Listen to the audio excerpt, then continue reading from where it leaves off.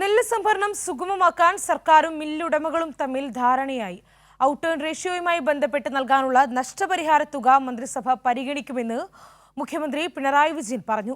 കേന്ദ്രം നിശ്ചയിച്ച 68% എന്ന ഔട്ടേൺ റേഷ്യോയിൽ മാറ്റം വരുത്താൻ സംസ്ഥാനത്തിന് അധികാരമില്ല. കേരളത്തിന്റെ പ്രത്യേക സാഹചര്യത്തിൽ കേന്ദ്രം നിശ്ചയിച്ച മാനദണ്ഡങ്ങൾ പ്രകാരം നെല്ല് സംഭരിക്കാൻ പ്രയാസം അനുഭവിക്കുകയാണ്. പ്രശ്നങ്ങൾ പരിഹരിക്കാൻ ആവശ്യമായ തീരുമാനം കൈക്കൊള്ളാൻ കേന്ദ്ര സർക്കാരിനോട് ആവശ്യപ്പെടുമെന്നും മുഖ്യമന്ത്രി മില്ലുടമകളെ അറിയിച്ചു. വാർത്തയുടെ വിവരങ്ങളുമായി സുലേഖ ചേരുന്നുണ്ട്. സുലേഖ, ഇന്നായിരുന്നു യോഗം. എന്തൊക്കെയായിരുന്നു യോഗത്തിനു ശേഷം ഉണ്ടായിരുന്ന തുടർ നടപടികൾ, തീരുമാനങ്ങൾ?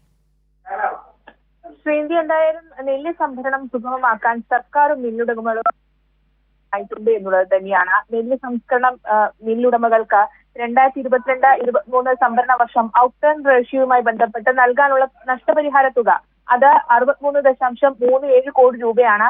അത് അനുവദിക്കുന്ന കാര്യം മന്ത്രിസഭ പരിഗണിക്കുമെന്നുള്ളതാണ് മുഖ്യമന്ത്രി പിണറായി വിജയൻ ഇന്ന് യോഗത്തിൽ അറിയിച്ചിട്ടുള്ള ഒരു കാര്യം.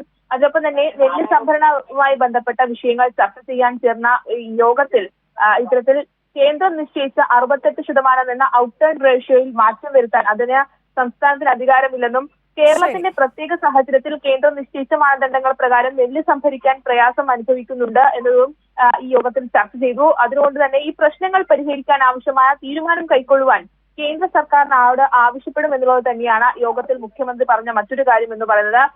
അതോടൊപ്പം തന്നെ ഇതുമായി ബന്ധപ്പെട്ട് നെല്ല് സംഭരണവുമായി ബന്ധപ്പെട്ട് ഇന്ന് ചേർന്ന യോഗത്തിലാണ് ഇത്തരത്തിൽ മില്ലുടമകളുമായുള്ള ധാരണ തീർപ്പാക്കി എന്ന കാര്യം കൂടിയായിരുന്നു സുലേഖ പറഞ്ഞു വെക്കുന്നത്.